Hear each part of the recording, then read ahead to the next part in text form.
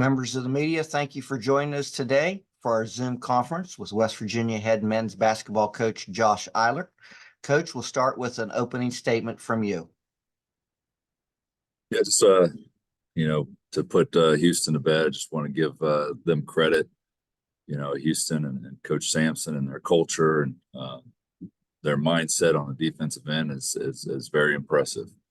That team and their program, they got a heck of a shot to win this whole thing. Not to mention win the league, which might be just as hard as the whole thing. So they've got things rolling and that was an impressive performance on them. So I'm giving them a lot of credit. That doesn't mean that I'm not short-sighted or excited enough to think that we didn't play well and we didn't execute our game plan.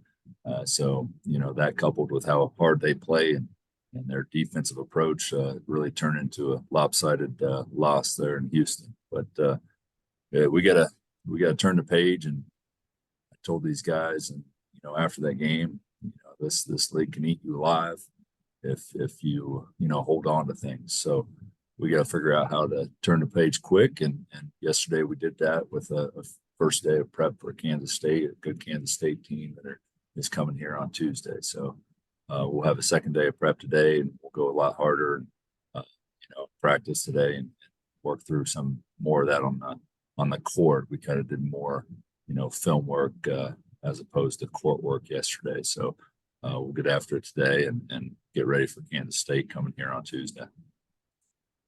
Thank you, Coach. We'll open it up for questions now. Please use the raised hand feature for questions with Coach Eilert. We will start with Kevin Kinder. Hey, Josh, how's it going this morning? Good. How are you, Kevin? Not bad.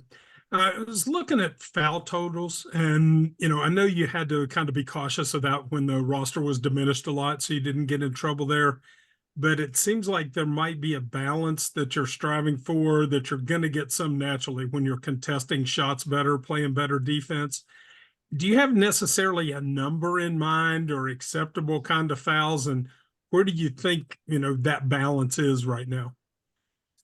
Yeah, it's definitely changed. That's the one of the challenges, trying to go from zero depth to plenty of guard depth for sure now. So we had to be very, very careful and very strategic in the first 9 games to stay out of foul trouble, because one guy sitting on the bench could have crippled us, and so our preparation up to that point had a lot to do with our strategic defensive approach to stay out of foul trouble, and not to mention try to keep Jesse out of foul trouble, which we don't even have right now to work with.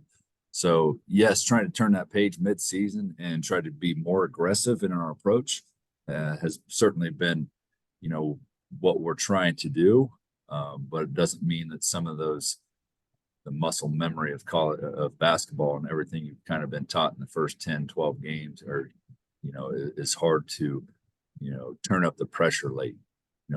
It's kind of like, if you're a basketball coach, if you have the opportunity, you have the depth, you want to turn the pressure up early. And if you have to back off, you back off.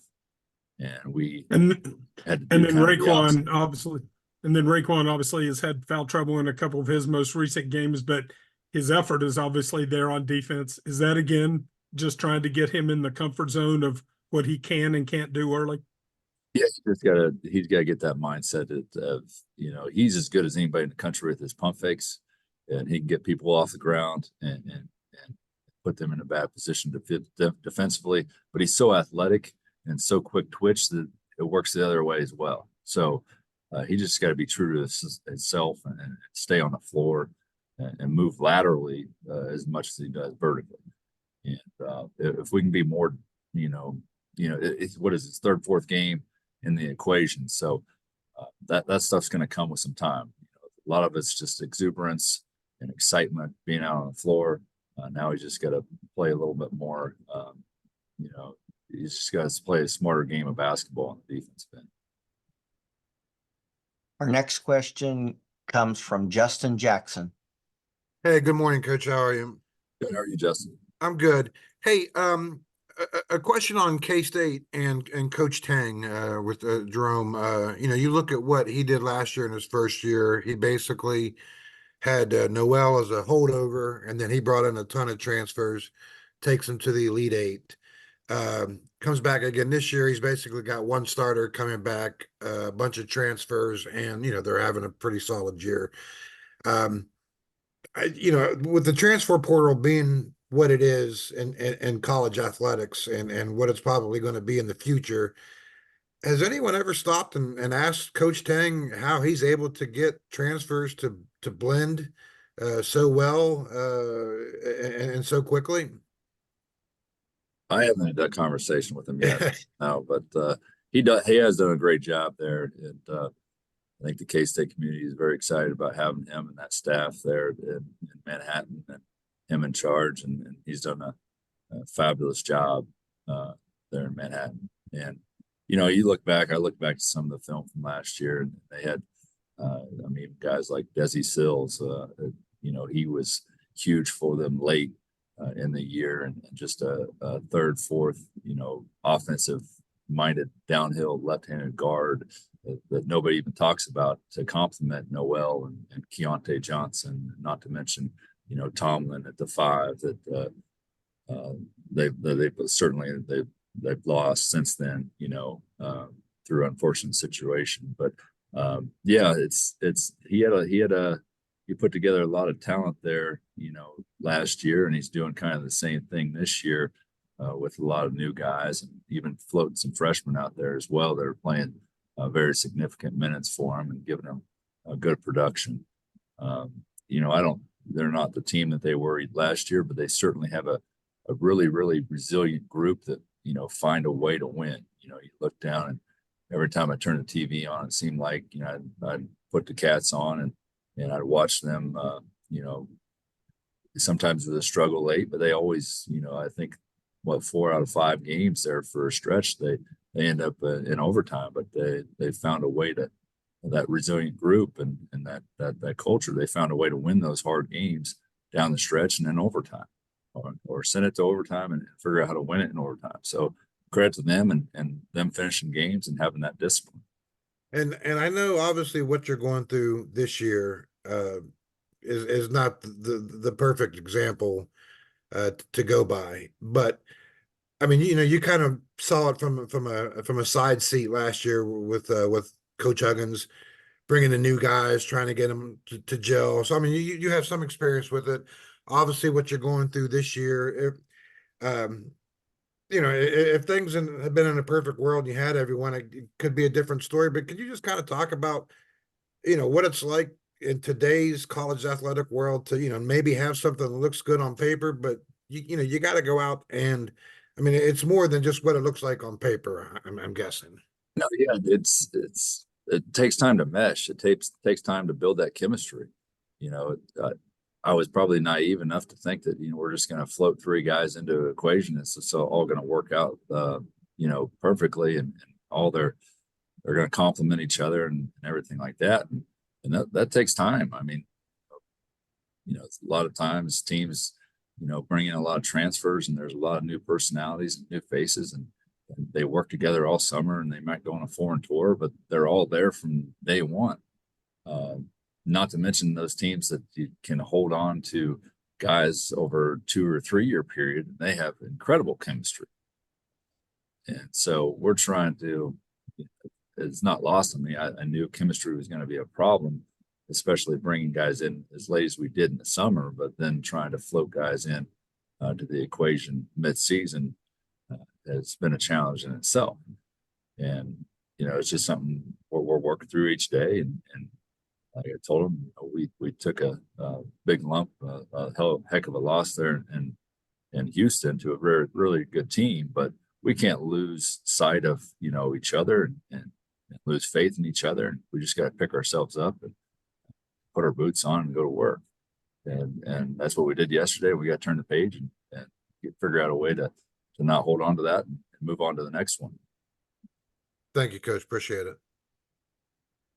Members of the media, the question queue is empty right now. Please use the raised hand feature to ask a question.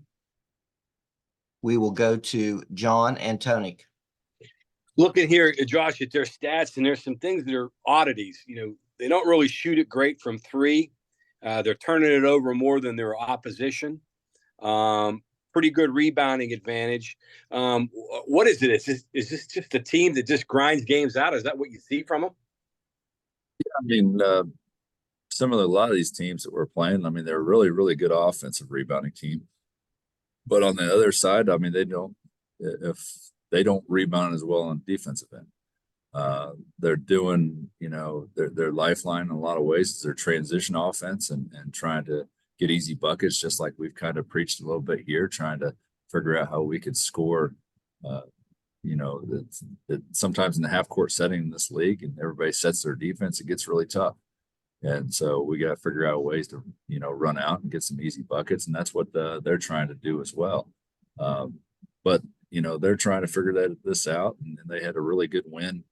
They really, UCF went to Manhattan, and it didn't seem like they were ready for that challenge. And K-State really took it to them from the jump and really jumped on them and took full advantage of that entire game. So they had a slow start coming out of the break. You watched the Chicago State game. They seemed a little out of sorts, and it sounds like, they were out off 10 games, and it didn't seem like the same team that played against Chicago State as it did UCF. They really changed their mentality, and they really took it to them.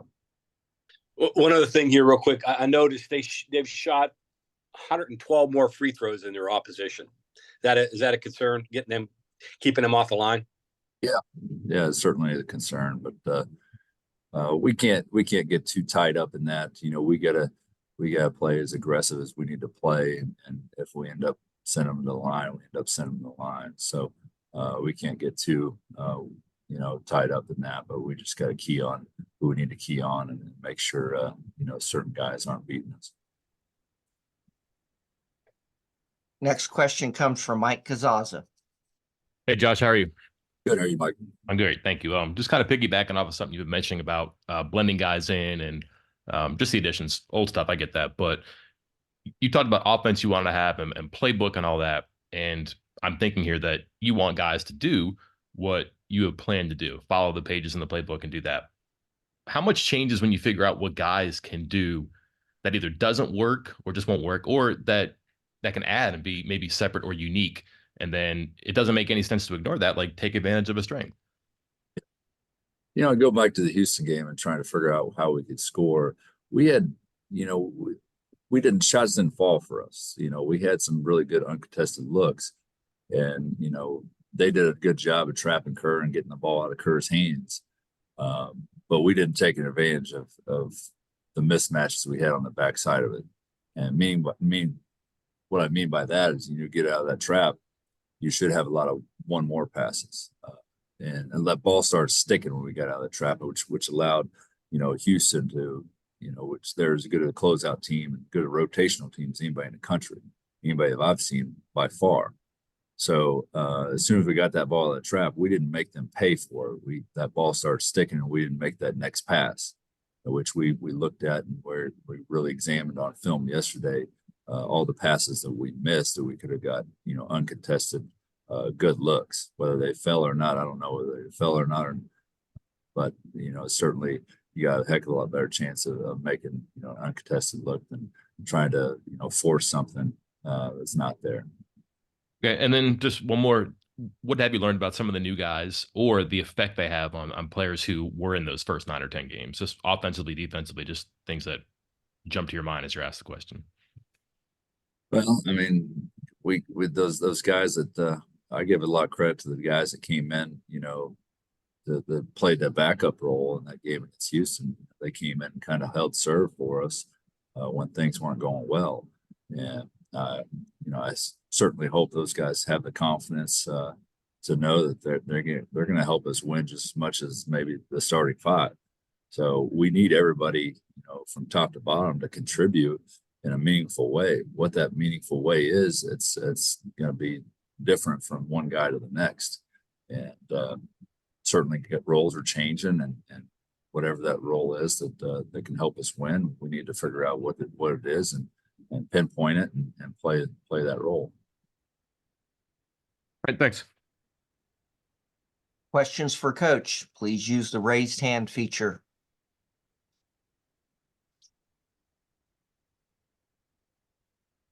Coach Eilert, that seems to be all that we have for today. Thank you for your time.